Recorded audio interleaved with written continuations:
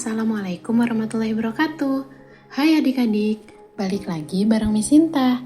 Hari ini kita akan belajar mengenai sumatif akhir semester 2 pelajaran ilmu pengetahuan alam kelas 7 SMP.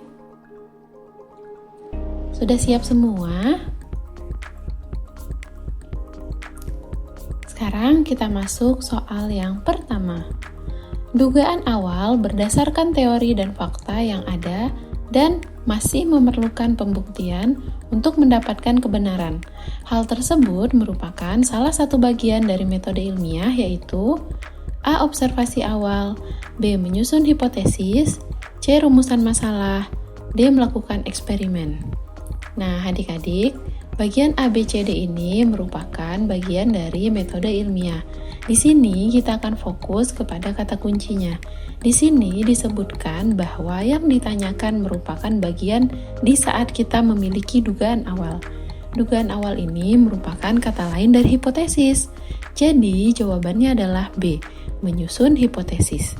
Jadi misalnya, sebelum adik-adik melakukan sebuah penelitian atau pengamatan, adik-adik sudah punya dulu nih, kira-kira jawabannya akan bagaimana gitu.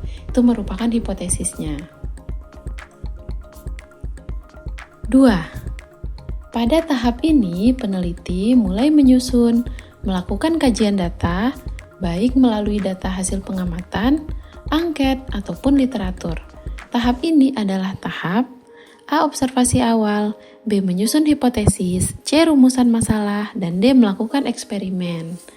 Nah, tadi kita udah punya hipotesis ya, jadi kira-kira ada sesuatu yang ingin kita buktikan. Benar tidak ya hipotesis kita gitu.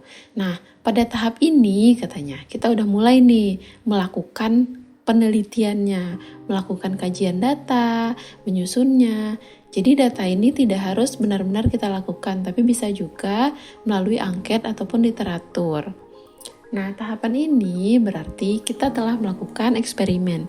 Jadi, tahapan melakukan eksperimen. Jawabannya adalah D.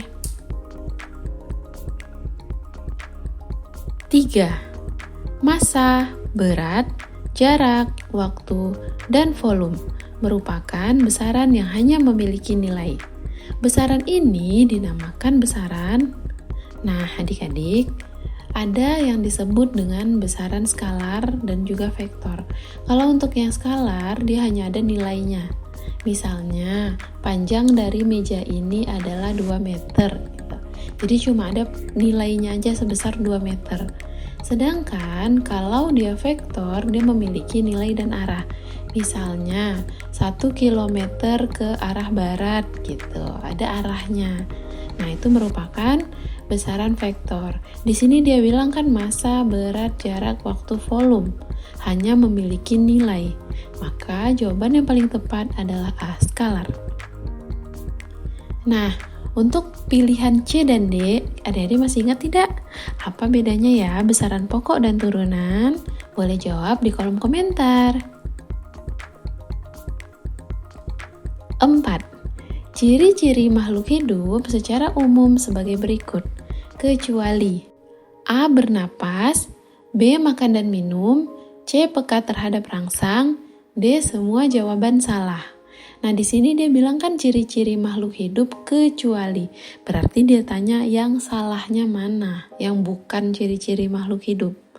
Nah, adik-adik masih ingat tidak? Ciri-ciri makhluk hidup itu ada 7.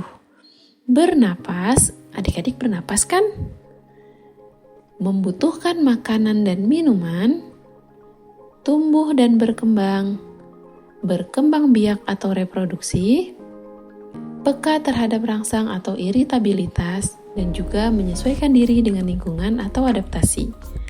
Nah, semuanya opsi A, B, C ini merupakan ciri-ciri makhluk hidup. Berarti tidak ada yang bukan ciri-ciri makhluk hidup. Maka semua jawaban salah. Jawabannya D. 5. Di bawah ini tergolong hewan vertebrata, kecuali A. Pisces, B. Amfibi, C. Hewan berkulit duri, D. Reptil. Adik-adik, jadi Hewan itu kita golongkan menjadi dua. Ada vertebrata, ada avertebrata. Jadi ada huruf A di depan vertebratanya. Avertebrata. Perbedaannya apa? Untuk vertebrata ini, ia merupakan hewan bertulang belakang. Jadi memiliki tulang belakang. Pisces, amfibi, reptil, aves, mamalia itu merupakan vertebrata. Jadi gampang diingatnya, si Pisces ini kan ikan nih. Nah, adik-adik tuh punya tulang kan? Ikan punya tulang kan adik-adik? Amfibi misalnya katak. Reptil misalnya ular. Kemudian aves burung. Mamalia beruang, sapi. Nah, sedangkan untuk avertebrata adalah hewan yang tidak memiliki tulang belakang. Dari opsi A, B, C, D ini yang tidak memiliki tulang belakang adalah C. Hewan berkulit duri.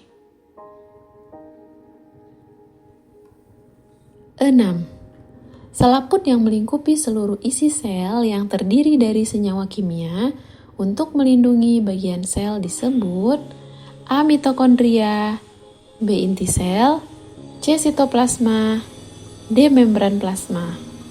Nah, ini merupakan contoh dari bagian-bagian sel. Ada di hewan dan juga ada di tumbuhan. Nah, yang pelindung bagian luarnya, yang isinya senyawa kimia untuk melindungi bagian-bagian yang lain itu ini. Namanya membran sel atau disebut juga dengan membran plasma. Membran plasma ini ada di sel hewan dan juga ada di sel tumbuhan. Nah, untuk di sel tumbuhan nanti dia bagian terluarnya lagi itu masih ada dinding sel ya. Jadi, dia melindungi bagian-bagian sel yang lain. Tapi si membran sel ini beda ya dengan dinding sel. Kalau misalnya si dinding sel itu bentuknya kaku dan keras, sedangkan membran sel bentuknya fleksibel. Nah, untuk membran sel atau membran plasma ini ada di hewan maupun tumbuhan. Tapi dinding sel hanya ada di sel tumbuhan. Paham ya adik-adik ya? Jadi secara garis besar kita bisa ingat bahwa membran plasma atau membran sel ini merupakan pintu untuk keluar masuknya bahan-bahan yang dibutuhkan oleh sel. 7. Bagian sitoplasma yang hanya ada dalam tumbuhan dan memiliki kloroplas adalah, nah ayo, jadi kloroplas ini hanya ada di tumbuhan. Dan yang memiliki kloroplas ini disebut A. Plastida, B. badan Golgi, C. vakuola, D. ribosom. Jawabannya adalah plastida. Nah, jika adik-adik ingin ingat, nih seperti ini nih plastida ya, yang mana di dalamnya ini ada kloroplas. Jadi si plastida ini berperan dalam terjadinya fotosintesis. Itulah kenapa di hewan itu tidak bisa fotosintesis. Dia tidak memiliki kloroplas dan juga plastidanya. 8. Sistem organ adalah kumpulan dari organ yang bekerja sama melakukan tugas tertentu dalam metabolisme tubuh. Contoh dari sistem organ adalah A. jantung, B. mata, C. sistem peredaran darah, D. tulang.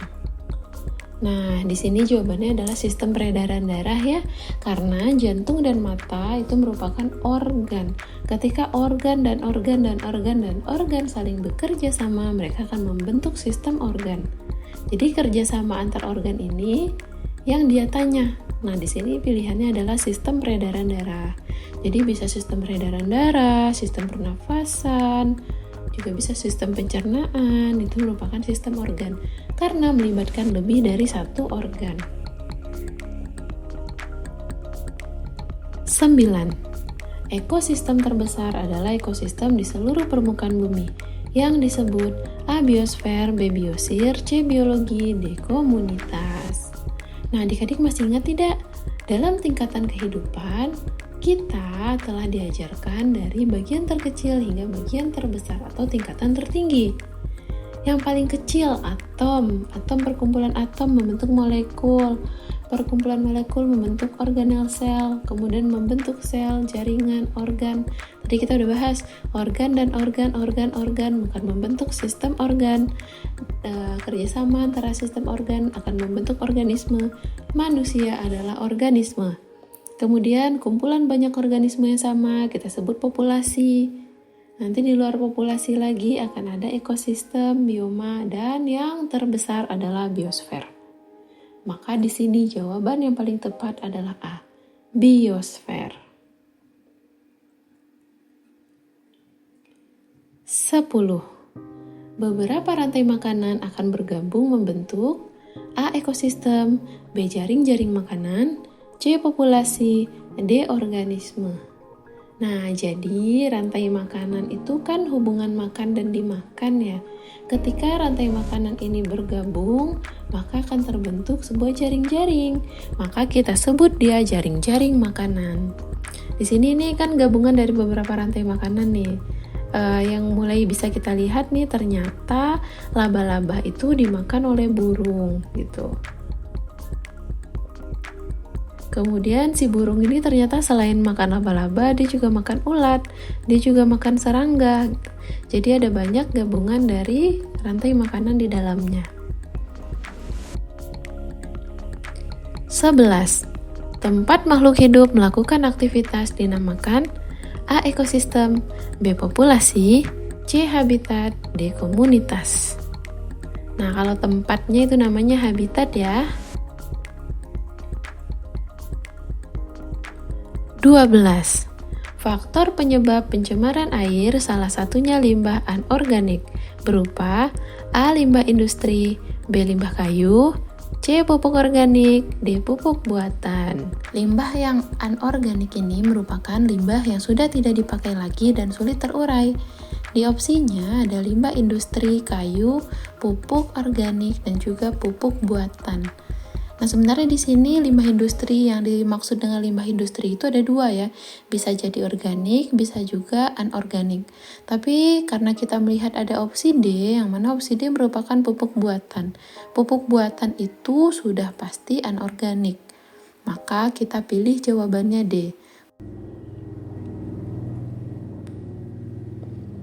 13. Berikut cara menanggulangi limbah rumah tangga kecuali A. daur ulang, B. penggunaan ulang, C. mengurangi bahan penyebab limbah, D. pemakaian septic tank seadanya. Jadi untuk mungkin di sini lebih tepatnya mengurangi limbah ya, limbah rumah tangga juga bisa. Kemudian kalau udah kita pakai supaya nggak mengganggu gimana gitu maksudnya. Daur ulang tentu iya. Untuk mengurangi sampah kita dapat melakukan daur ulang atau menggunakan ulang jika masih bisa kita gunakan lagi. Kemudian kita juga harus mengurangi bahan penyebab limbahnya. Yang D, dia bilang pemakaian septic tank seadanya. Ini salah. Kenapa salah? Kita harus menyesuaikan kapasitas septic tank kita dengan kebutuhan. Jika seandainya limbah kita banyak, berarti penampungnya juga harus banyak. Jika penampungnya kecil sedangkan limbah kita banyak, maka akan dapat mencemari lingkungan. Dan itu tentu berbahaya ya. 14. Limbah cair domestik penyebab pencemaran tanah adalah A. deterjen, B. serat, C. plastik, D. kaleng. Ini domestik maksudnya sampah rumah tangga ya, yang kita hasilkan dari kegiatan rumah tangga. Di sini dia bilang limbah cair, jadi langsung ketahuan jawabannya adalah deterjen karena banyak penggunaan deterjen cair. Sedangkan serat, plastik, dan kaleng bukan merupakan bahan yang berbentuk cair. 15. Kegiatan membersihkan permukaan tanah yang tercemar dengan cara in situ atau on-site artinya A. pembersihan jangka panjang, B. pembersihan di lokasi, C. pembersihan permanen, D. pembersihan manual. Nah, jadi sebenarnya remediasi atau pembersihan ini ada dua. Ada in situ yang disebut juga dengan on-site. Udah langsung ketahuan ya, on-site berarti di tempat. Jadi langsung di lokasi yang bermasalah. Sedangkan lawannya ex situ atau off-site berarti di luar lokasinya. Jadi caranya kita gali tanah yang tercemar, kita pindahkan ke lokasi lain. Jadi di sini jawabannya adalah pembersihan langsung di lokasi. Jawabannya B.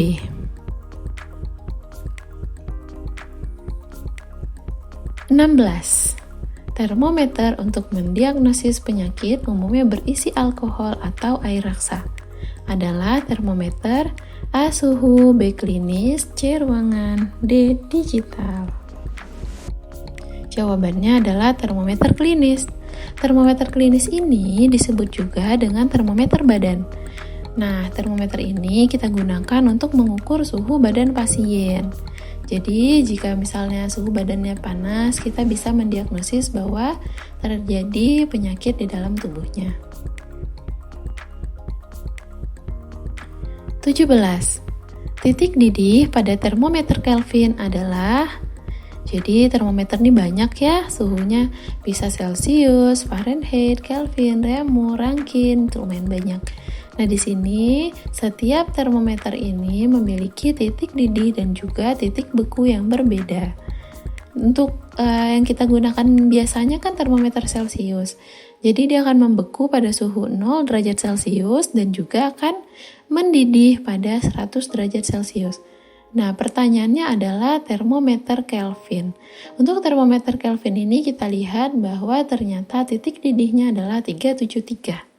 Maka jawabannya adalah 373 Kelvin. 18. Jika koefisien muai panjang besi adalah 0,000011 per derajat Celcius, maka koefisien muai volumenya adalah, nah jadi koefisien ini ada 3 ya, ada koefisien muai panjang, ada luas, ada volume. Untuk luas itu kita bisa menghitung dengan cara dikalikan 2 dari koefisien muai panjangnya. Karena di sini dia nanya adalah koefisien muai volume, maka kita akan mendapatkan hasil dengan dikali 3. 3 kali koefisien muai panjangnya. Di sini koefisien muai panjangnya adalah 0,000011, berarti dikali 3, jawabannya adalah 0,000033 per derajat Celcius. Jawabannya adalah D. 19. Pada suhu 0 derajat Celcius hingga 4 derajat Celcius, volume air justru menyusut ketika dipanaskan. Hal ini dinamakan peristiwa. Nah, seperti ini ya adik-adik ya. Jadi, kan normalnya ketika kita panaskan harusnya air itu dia semakin panas atau suhunya meningkat. Tapi ada kejadian aneh nih, di mana ketika dari 0 ke 4 ini kita panaskan tapi suhu malah jadi turun. Nah, ini dinamakan peristiwa anomali air atau keanehan yang terjadi di air. 20. Jika kita berjemur di bawah sinar matahari pagi, berdiri dekat api unggun atau tungku pemanas ruangan, akan terjadi perpindahan kalor secara A. Konduksi, B. Radiasi, C. Konveksi, D. Semua jawaban salah. Nah, jadi perpindahan kalor ini kan ada 3 nih. Ada konduksi, jika perpindahan kalornya tanpa disertai dengan perpindahan bagian-bagian zat itu. Misalnya adik-adik memanaskan sendok nih, sendok kena api. Padahal yang kena api ujungnya, tapi yang kita pegang malah ikutan panas. Nah, itu konduksi namanya. Tapi kan si sendoknya kan gak ikutan pindah, cuma panasnya aja yang pindah. Kalau konveksi, dia perpindahan kalornya melalui zat penghantar, yang mana terjadi juga perpindahan bagian-bagian zat itu. Jadi umumnya ini bisa berbentuk cairan. Kalau padat enggak ya. Kemudian yang ketiga ada yang disebut radiasi. Radiasi ini dia panas tanpa memerlukan zat perantara. Biasanya disertai cahaya. Nah, si radiasi ini biasanya ada pancarannya nih, pancaran panas. Tadi pertanyaannya dia bilang kita dekat api unggun atau tungku pemanas ruangan. Kita padahal nggak menyentuh si api, tapi kita dapat merasakan panas api itu. Nah, berarti kita merasakan panas karena pancarannya.